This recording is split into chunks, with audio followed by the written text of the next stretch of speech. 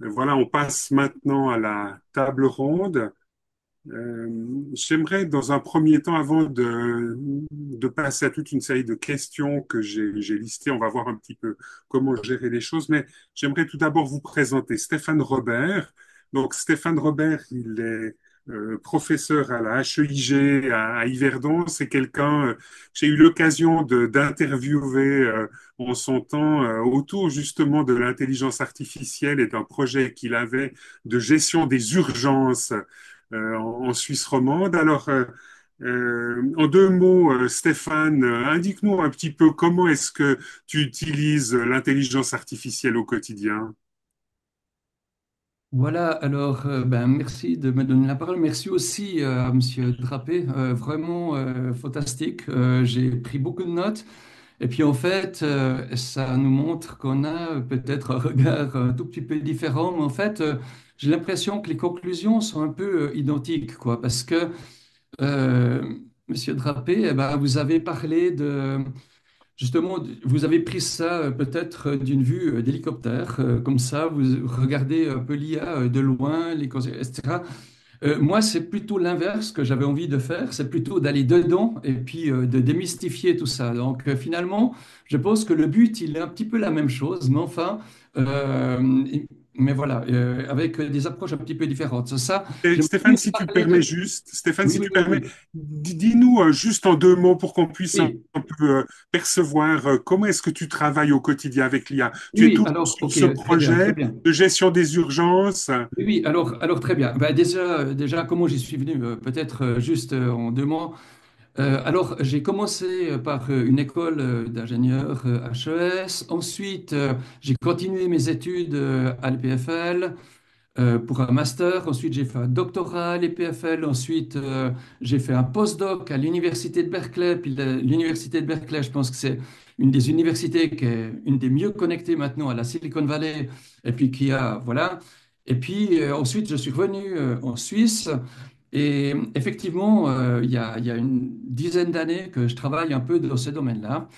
Et j'avais un assistant justement qui est parti travailler à la Silicon Valley. Et puis en partant, il m'a dit, j'ai un gros livre ici. Et puis c'est intelligence artificielle, c'est un peu la Bible de l'intelligence artificielle. Et puis moi, je ne m'étais pas intéressé. J'ai commencé à bouquiner ce livre et j'ai vu qu'il y a plein de trucs que je connaissais déjà. Donc je m'y suis mis. Et puis on fait des projets justement dans ce domaine-là depuis une dizaine d'années, donc optimisation, intelligence artificielle appliquée aux urgences. Alors on a beaucoup de projets, hein.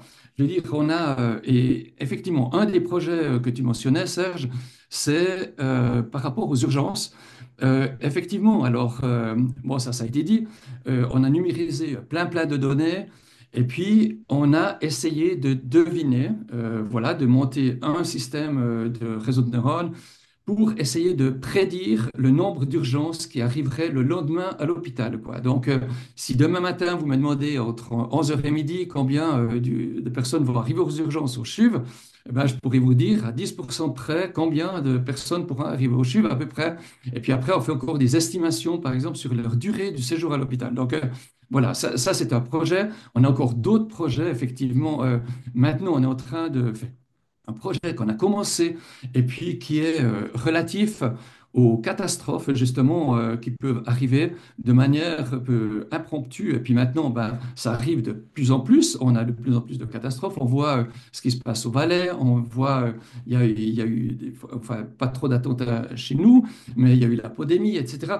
Puis ce qu'on va essayer de faire justement, c'est essayer de deviner d'essayer d'anticiper l'organisation des hôpitaux, etc., avec la mesure, etc., de signaux faibles qu'on pourrait percevoir justement sur le net, enfin, la météo, etc., différentes mesures qui pourraient nous aider justement à anticiper des crises sanitaires majeures, quoi. Donc, voilà, maintenant, ça, c'est un de nos gros projets. On a encore travaillé dans des projets financiers, etc., quoi. Donc, ça, c'est un petit peu C'est les ton qu'on fait. Mais, utilisation de l'IA au quotidien. mais Alors, complètement, complètement, voilà, donc voilà. ça nous permet un petit peu de voir ce que tu fais dans ton quotidien de prof et de chercheur.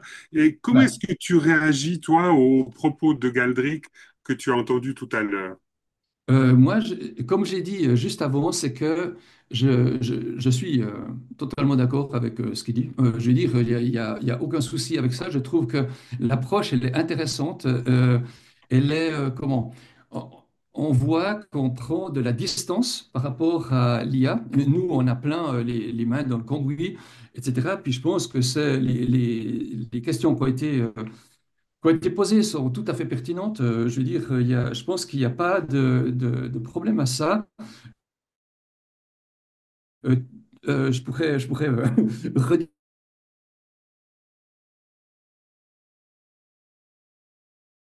à peu près tout ce qu'il a dit. Par contre, confronté à l'IA, réseau de neurones, d'ailleurs, demain matin, j'ai un travail écrit sur les réseaux de neurones à faire passer à mes étudiants, etc. Donc, je pense qu'on comprend vraiment bien comment ça fonctionne. Et puis, par rapport à ça, je pense qu'on a aussi un certain nombre de réponses qu'on peut apporter et puis avoir une certaine pertinence sur certaines questions qui sont très spécifiques, quoi. Il y a un aspect qui m'a interpellé justement sur cette conversation, c'est que on parlait de, il a dit qu'il ne va pas parler de la composante éthique de l'IA parce que ça, c'est des affaires des États. Et puis en fait, moi, je ne suis pas tout à fait d'accord avec ça. Je pense que ça nous concerne tous parce que la composante éthique de l'IA, si on la comprend, et on comprend justement comment ça fonctionne, ce qu'elle peut apporter, eh bien, ça peut nous guider comment l'utiliser. Donc, voilà, et c'est ça qui me fait, voilà, qui m'interpelle un petit peu, et je pense, et c'est sur ça que je voulais quand même donner certains, voilà, mon avis, disons, sur cette question, quoi. Voilà. Mais, et puis, sur tout le reste, moi, je suis sur le problème écologique, on va y revenir, sur les valeurs, etc. Bien sûr, c'est extrêmement pertinent et je trouve, voilà, je le remercie beaucoup pour la discussion de ce soir, hein. Très bien, voilà. Super, merci beaucoup Stéphane. On a un autre invité ce soir, c'est Tom Guiguer, qui est à la fois ingénieur et en même temps pasteur ménonite dans le canton de Neuchâtel. Tom, est-ce que tu aimerais réagir aux propos de Galdric? Euh, oui, j'ai quelques points où j'aimerais donner un écho, effectivement.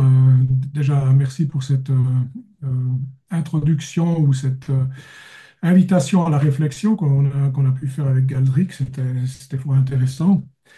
J'aimerais rebondir sur un ou deux enfin sur quelques-uns des aspects qu'il a évoqués, peut-être pour insister un peu plus fortement dessus ou comme ça. Dans le premier point qu'il a nommé, il a parlé de la neutralité.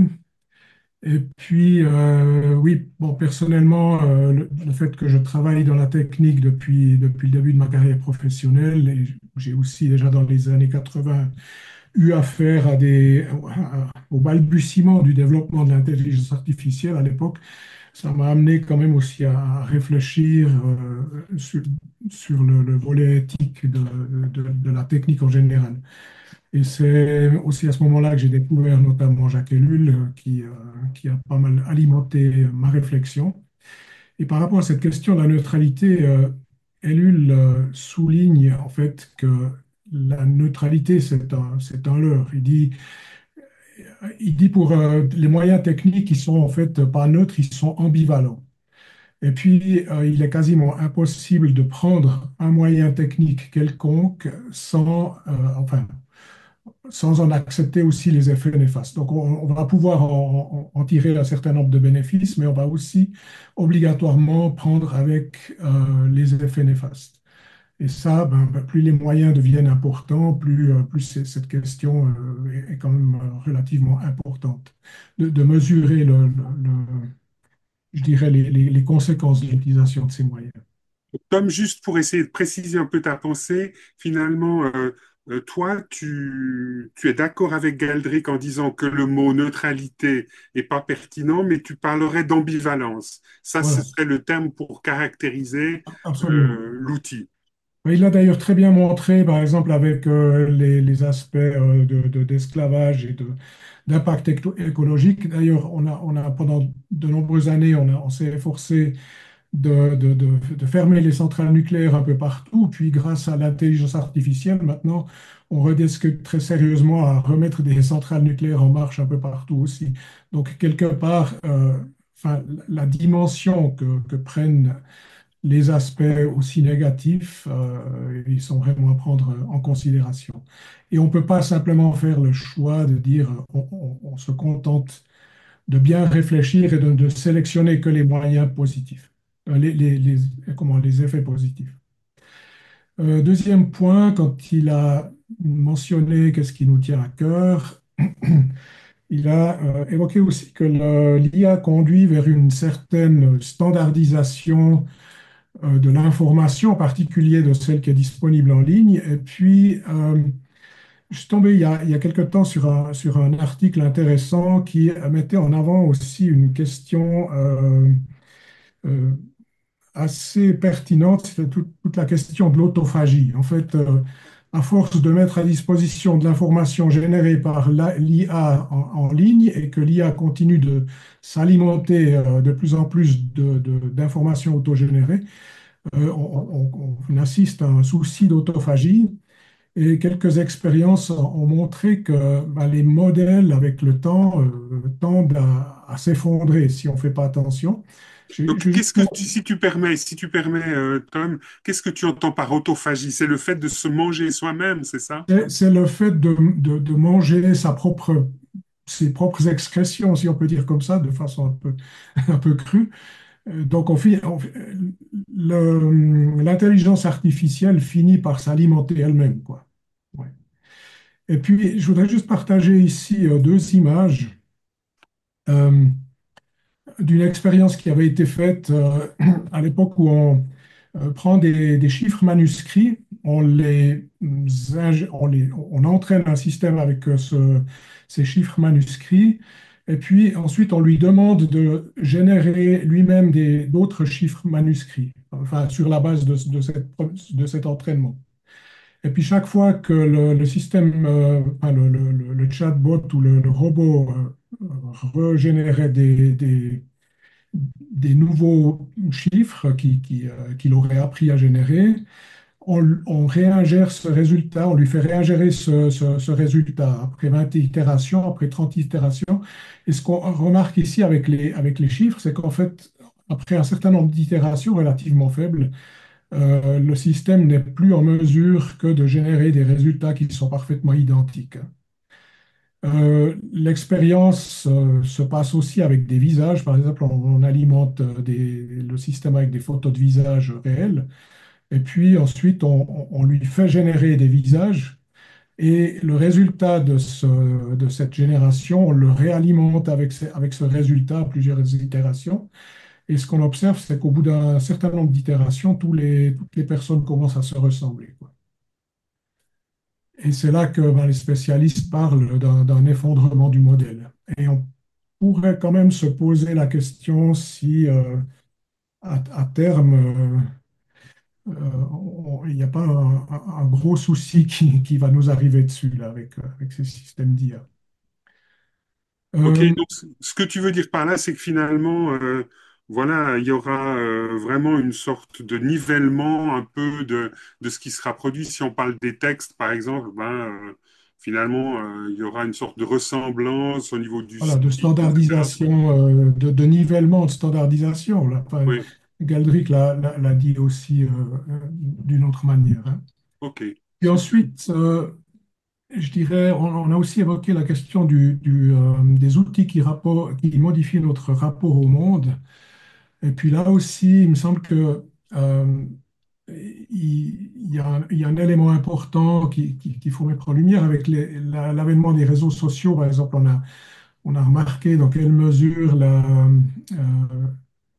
comment je dirais, la période d'attention pour une lecture soutenue ou une lecture profonde diminuait chez les gens, où on a de plus en plus à se concentrer de façon prolongée sur un texte, par exemple. Et puis, des neurologues, en particulier une neurologue américaine, disait que la lecture, c'est en fait beaucoup plus que de comprendre. Lire est une expérience mentale cognitive, disait-elle, mais aussi affective. C'est un dialogue silencieux qui transforme de l'intérieur celui qui s'y adonne.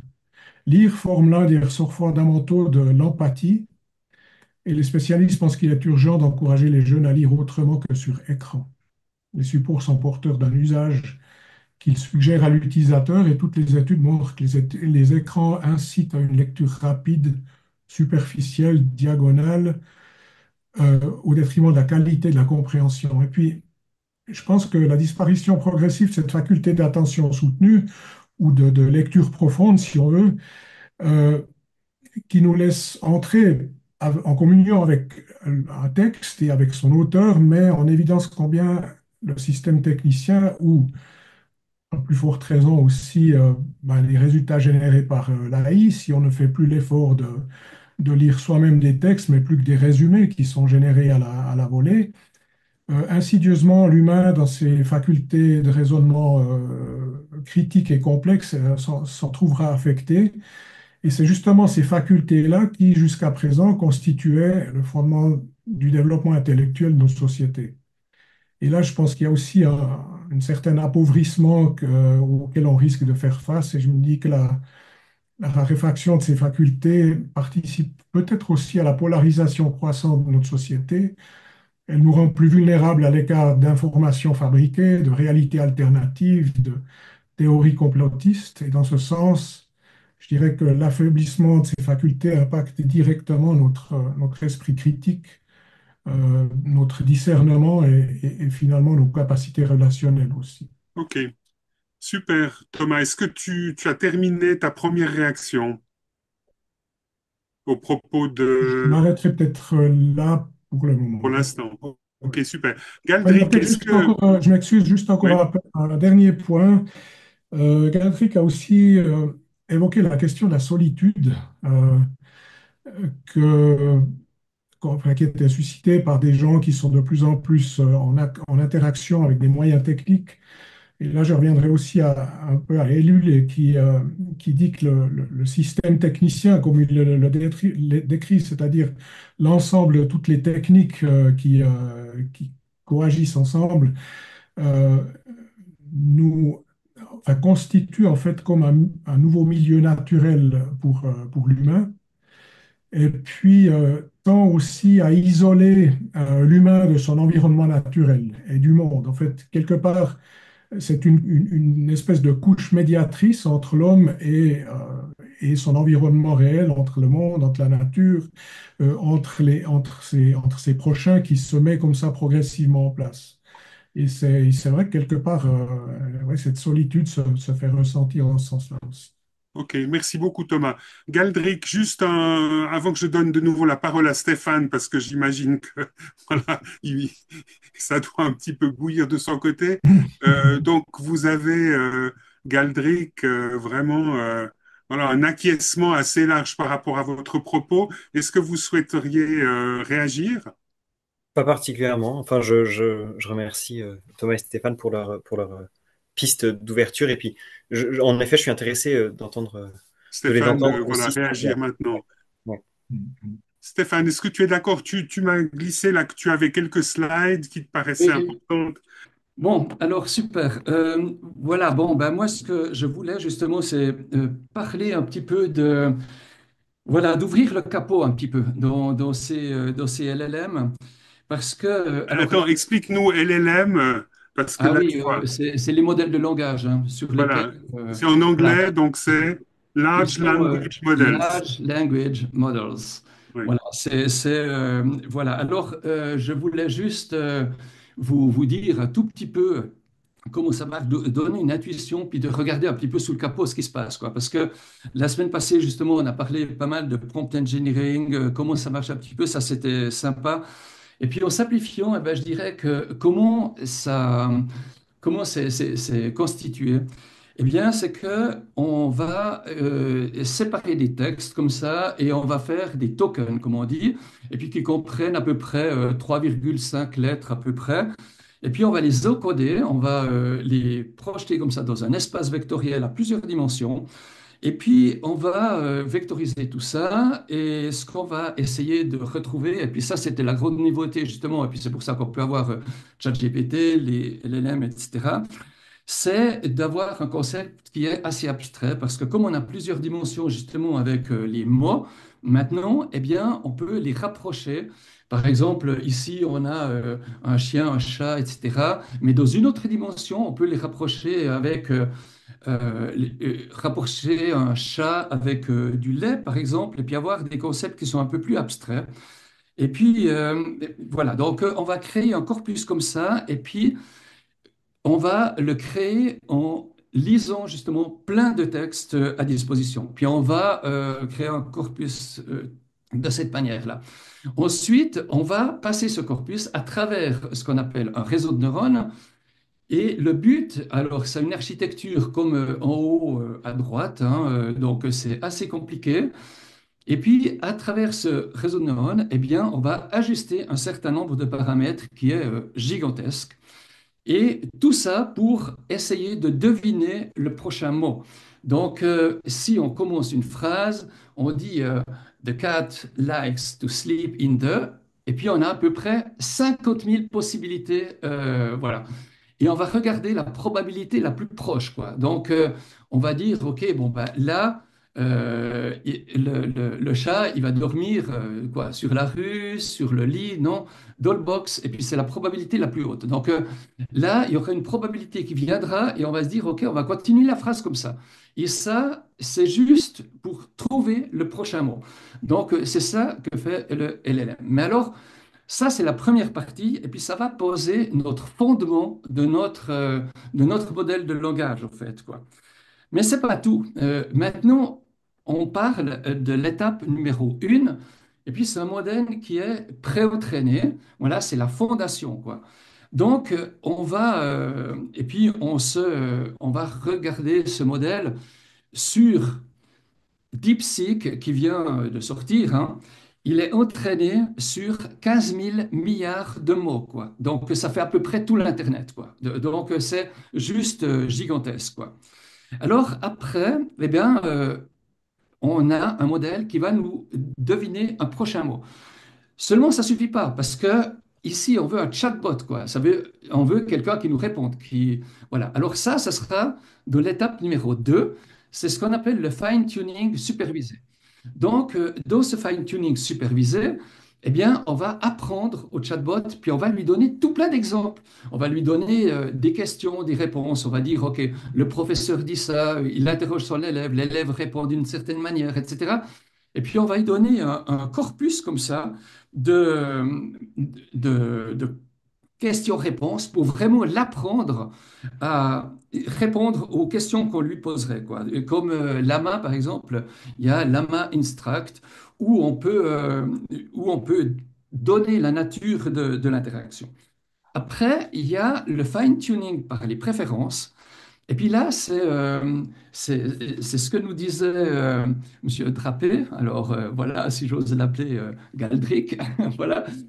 C'est ce qu'il nous disait exactement. C'est que là, on a une intervention humaine, et puis parce que on a des retours qui sont bon, assez aléatoires quand même, mais il y a et quand on pose des questions au chatbot, etc., il peut répondre de manière non convenable. Alors là, on va instruire justement un certain nombre de personnes, puis leur dire, OK, ça, il faut que le chatbot soit un chatbot qui réponde bien aux questions, qui soit, etc., qui soit poli, enfin tout ça. Et puis tout ça, eh bien, le problème, c'est, comme l'a dit Galdric, eh bien, Galatica, par exemple, c'était un premier LLM de Facebook qui a il y a certains utilisateurs qui ont pu lui faire produire des horreurs, quoi. Mais là, avec OpenAI, comme c'était une solution commerciale, eh bien, on a bien donné des directives qui étaient assez strictes, des bonnes consignes très, très strictes en ce qui concerne les réponses qui devaient être apportées. Et puis, qui ne devaient pas être haineux, ça ne devait pas être violent, etc. Mais pour ça, il a fallu produire des horribles contenus, des horribles images, etc., que certaines personnes ont dû sélectionner parce qu'on fait ce qu'on fait du reinforcement learning. Ça veut dire que on fait de l'apprentissage par la récompense. Donc, les gens, eh ben, ils devaient sélectionner des contenus qui étaient des fois horribles pour pouvoir entraîner le modèle, quoi. Donc, ça, effectivement. Maintenant, il y a la dernière étape, c'est le fine-tuning par le raisonnement, et puis ça, c'est très nouveau. C'est justement un peu une invention, disons, de DeepSeek, où là, on a des théorèmes de mathématiques qui ont été démontrés, donc, et puis on apprend au chatbot justement de raisonner de la même manière qu'on raisonne en mathématiques, c'est-à-dire en démontrant des théorèmes, quoi. Voilà, et ça, on ne veut pas trop en parler. Mais alors là, j'ai juste donné un petit peu une image générale, et maintenant, eh bien, qu'est-ce qu'on arrive avec les réponses? Alors, on a des biais, évidemment. Là, ben, j'ai mis une image humoristique, hein. Je veux dire, il y a un biais quand même. Pour l'instant, il a embauché zéro femme, zéro homme et 52 robots, etc. Si on délègue tout ça à l'IA. Maintenant, vous avez, par exemple, DeepL, par exemple, quand vous mettez the boss and the secretary, il vous traduit ça, le patron et la secrétaire. Bon, voilà. Vous demandez à Midjourney de vous dessiner un homme blanc qui dévalise un magasin, il va peut-être vous dessiner ça. Enfin, voilà, ça, c'est des biais, c'est connu. Voilà. Euh, Maintenant, ce que je voulais dire, c'est que là, c'est un point assez important, c'est on a fait passer des tests à différents LLM, puis on a regardé leur couleur politique, quoi. Donc, on leur a fait passer des tests standards, etc. Et ce qu'on remarque, c'est que tous les LLM, eh bien, sont à peu près de gauche, sont pas conservateurs. Il y en a que un qui est libertarien, c'est évidemment Grok, hein, de Elon Musk. Mais on voit qu'ils ont tous une coloration de gauche, quoi.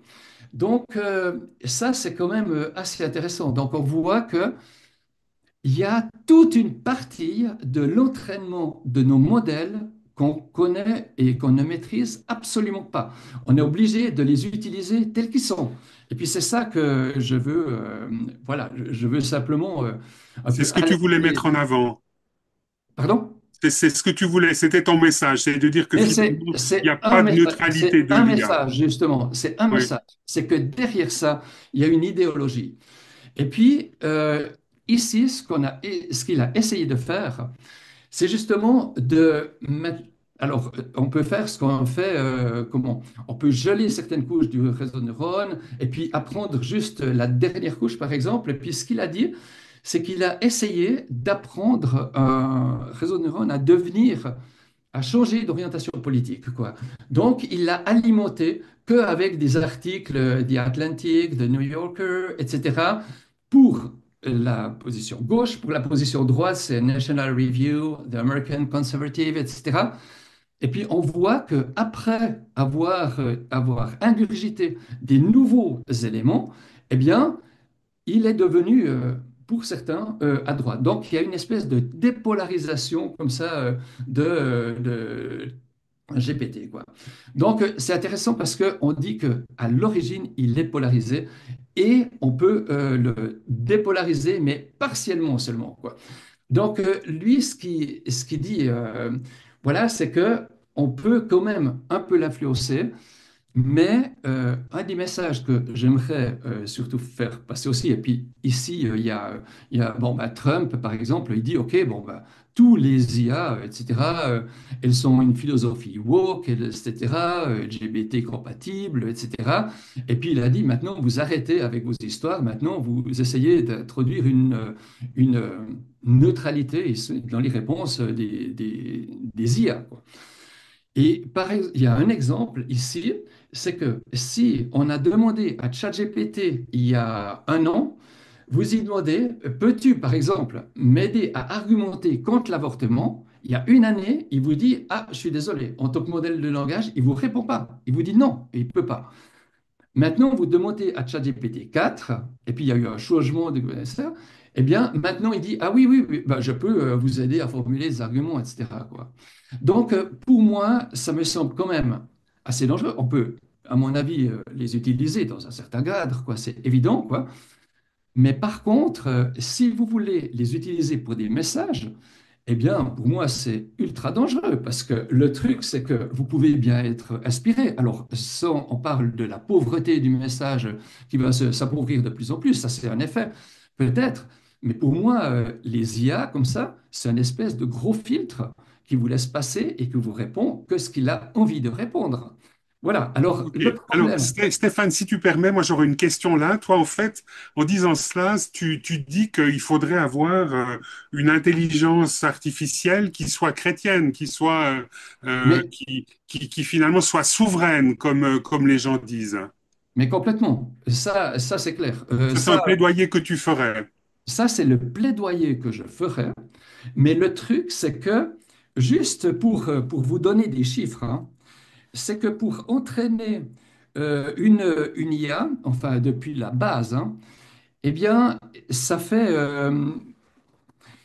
ça a coûté à peu près 10 à 12 milliards, 12 millions à peu près pour entraîner ChatGPT 3. ChatGPT 4 pour l'entraîner, mais from scratch, hein, ça fait à peu près 100 millions. Et maintenant, on prévoit que pour ChatGPT 5, ça fait entre 1 et 2 milliards, quoi.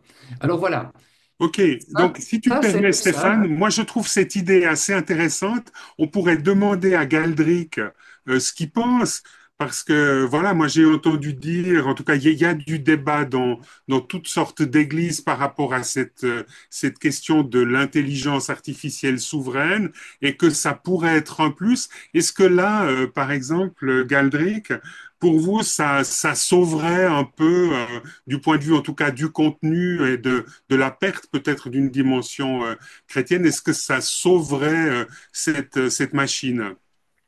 Euh, Bon, j'avoue que si, en fait, ce pourquoi je voulais pas trop entrer dans la question justement du filtre des contenus, qui était plutôt, pour moi, plutôt partie des composantes techniques, c'est parce que j'ai l'impression que avoir recours à l'IA, c'est déjà un prisme de pensée et que, en fait, quel que soit le contenu qu'on lui donne, est-ce que ça apporte vraiment, enfin, les conséquences sur l'utilisation sont les mêmes.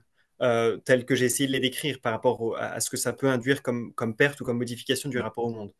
J'aurais encore deux réticences par rapport à une IA souveraine. Déjà, est-ce que, à force de se fermer à tout ce qui n'est pas considéré comme chrétien, parce qu'il faudrait filtrer qu'est-ce qu'on considère comme chrétien ou pas, une image de cheval, c'est chrétien ou c'est pas chrétien? Vous le filtrez ou vous le refusez? Vous voyez ce que je veux dire? Donc il y a beaucoup de choses qui sont neutres, vous voyez, de ce point de vue-là, qui sont quasi neutres. Vous voyez, donc qu'est-ce que vous acceptez, qu'est-ce que vous n'acceptez pas? Et donc déjà, est-ce que ça risque pas de créer justement ou d'augmenter le phénomène de chambre d'écho, c'est-à-dire qu'on crée de plus en plus de sociétés, chacune ayant son IA souveraine, chacune ayant du coup une référentialité de plus en plus fermée, et donc qui augmente en fait l'impossibilité de compréhension entre les différentes sphères. Ça veut dire qu'on se ferme à un énorme accès ou à une Un base. débat public, à une Voilà, diversité d'opinions. exactement. Donc ça, c'est une des réticences. Et puis l'autre réticence, elle reste sur comment est-ce qu'on l'entraîne et comment est-ce qu'elle elle tourne du point de vue écologique et énergétique. Voilà. Mhm. Donc ça serait vraiment des réticences. Ouais. Je suis pas sûr. Enfin bon, personnellement, je sais pas si je suis favorable ou pas, mais. Ok. Merci Je- pour cette je- réaction. Tom Guiguer, J'aimerais moi je juste sais que réagir tu n'es pas ici à très ce propos. favorable à ça. Oui, en fait, je vois quand même quelques problèmes. Premièrement, quand on parle d'IA souveraine, et je crois que Stéphane l'a bien souligné, ça implique des montants relativement énormes si on part de l'idée qu'on commence à partir de zéro. Sinon, il y a les options de prendre des IA open source, comme on dit, c'est-à-dire des modèles qui sont déjà pré-entraînés, en tout cas avec les éléments de base, et puis ensuite on va les spécialiser dans certaines disciplines.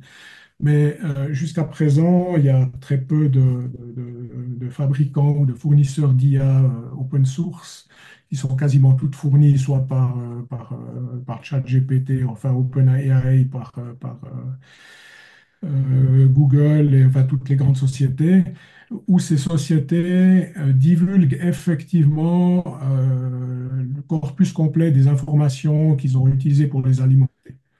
Donc en fait, si on veut s'attirer à bon compte, on peut pas, c'est difficile d'avoir une IA qui est vraiment souveraine.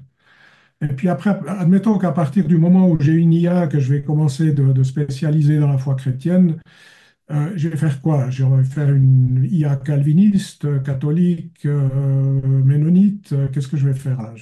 Ça commence à devenir très très compliqué. Et enfin, ouais, on va finir par plus s'y retrouver, quoi. À faire plus qu'une IA pour soi-même, pour renforcer ses convictions. Ouais, mais si tu veux, moi, fondamentalement, le problème que je vois, c'est que enfin, je pense que Stéphane l'a bien montré, c'est que il faudrait comprendre en détail la technique et ce qu'on a à faire, ce à quoi on a affaire. Mais les techniques qui sont déployées ici au sein d'un système IA deviennent tellement complexes que si on redescend au niveau des paroisses, au niveau des églises, des assemblées et de nos comment, membres d'église qui au quotidien bricolent avec l'IA, ce qu'on observe souvent, c'est quand même juste le fait d'être dépassé, quoi, parce que on est complètement dépassé par la complexité des choses, puis on s'en tient finalement à des choses extrêmement simples. On en fait des utilisations relativement simplistes, comme ce que Galeric a cité là avec Pasteur.ai, où finalement, par anthropomorphisme, les gens se rendent même plus compte que ben, ils n'ont pas affaire vraiment à juste une machine qui n'a pas Ils de sont toujours en lien sentiment. avec une machine. Mhm. Voilà, une machine qui, de surcroît, n'a pas de sentiment, pas d'empathie, pas d'intention, rien du tout, quoi. Ouais. Ok, moi j'aimerais juste, on avance là, c'est déjà 21h quasi 15. Stéphane, il y a un reproche par rapport à l'AI qui est revenu, à l'IA, pardon, l'intelligence artificielle qui est revenue plusieurs fois, là, notamment dans la bouche de Galdric.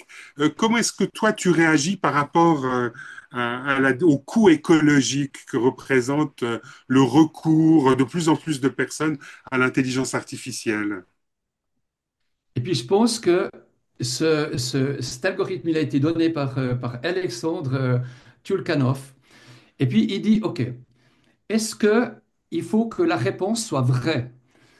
Si oui, OK, ben il faut vous poser une deuxième question. Sinon, il faut, OK, si vous vous en fichez que la réponse soit pas vraie, OK, vous pouvez utiliser ce ChatGPT. Par exemple, si vous y dites de faire une belle blague, puis vous faites une mauvaise blague, etc., ben OK, vous pouvez utiliser ChatGPT. Maintenant, si vous voulez absolument que la réponse soit vraie, alors il faut faire attention. Il faut se poser une deuxième question. Il faut, est-ce que vous avez l'expertise pour vérifier la véracité des sources, quoi? Parce que si vous n'avez pas l'expertise, vous pouvez vous faire blouser, quoi. Je vais dire. Donc voilà.